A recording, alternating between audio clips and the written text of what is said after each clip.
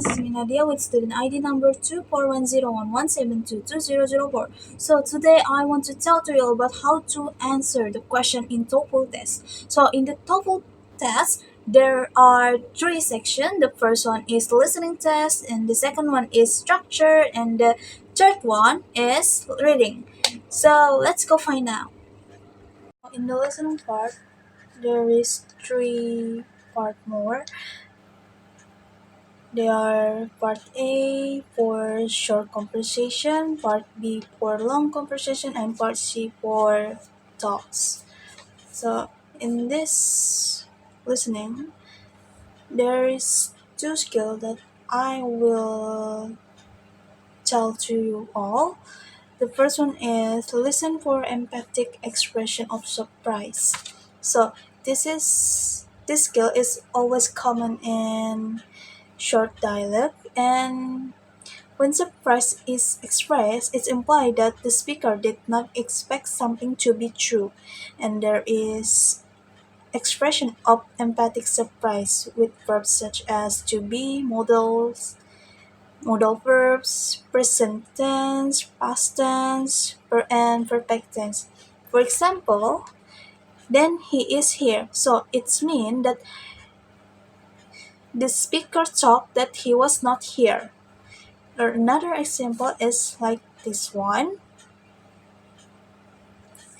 So in the textbook is this. So you can answer it with A because as I said before, when surprise is expressed, it's implied speaker did not expect something to be true.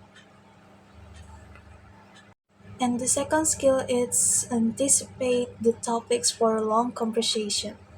It's common in part B. So we're gonna guessing the topic from the answer before listening to the audios.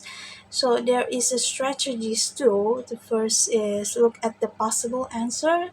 The second one is use keyword from those answer clues.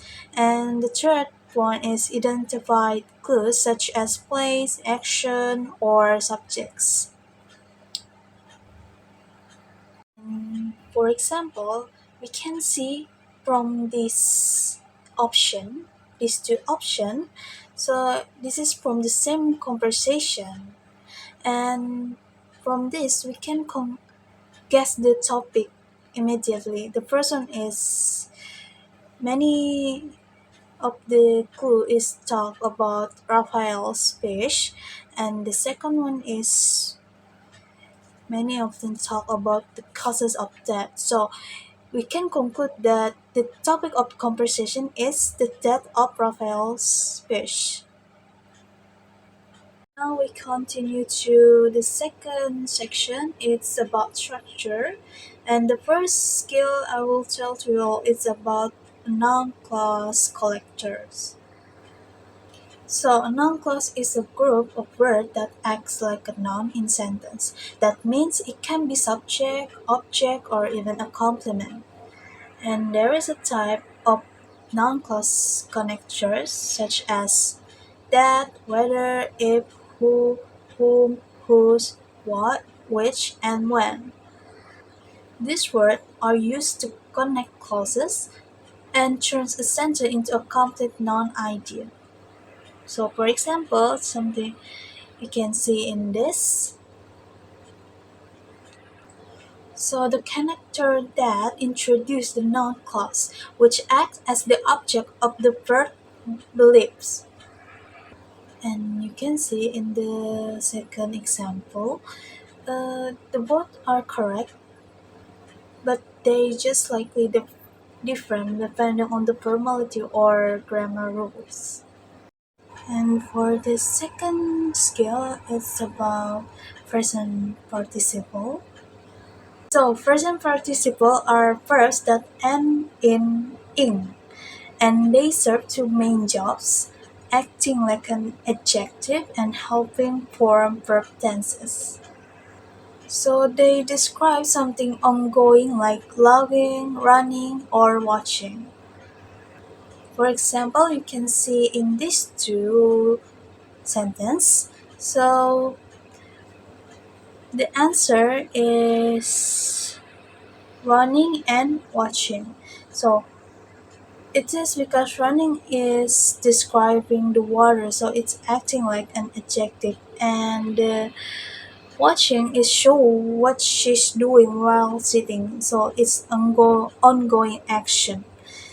That's mean it's present participle.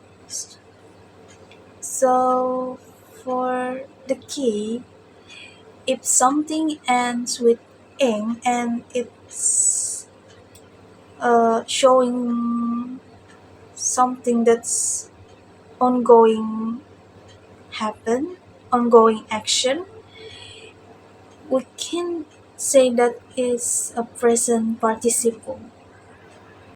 Now this is the last section in TOEFL test is reading, and now we'll continue to the first skill. So the first skill I want to tell you is about how to answer the main idea question in reading passage. So where is main idea? So main idea is the central thought or message of a passage, and this is the big idea of author that wants to tell to everyone. And then usually the question will be like this: what is the subject of the passage? What is the main idea? What would be the best title of this passage? And anything else. And there is a strategy to find the main idea itself. So the step one is read the question. The step two is read the context, and step three is skim the text. The fourth one is summarize while reading, and this last step is scan for keyword in the answer option. For example, we can see in this passage. So the answer is A. James and Anna did many things in the carnival. So it's because it's some of the whole passage. And the last skill that we will talk about is determine where to insert a piece of information. So in the TOEFL test, usually there's a blank space. Not a blank space, but you might find a question that asks where should this sentence go in the passage. So there is a strategy of it too. And the first one is read the new sentence carefully. Ask yourself what is this sentence about? Who, what, when, or where.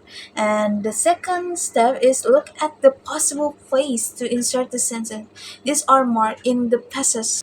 And the last one is match the meaning. Find the spot where the new sentence connects best with the passage. Look for familiar word, repeat ideas, or logical flow. And now let's continue to the example. You can see this in this passage.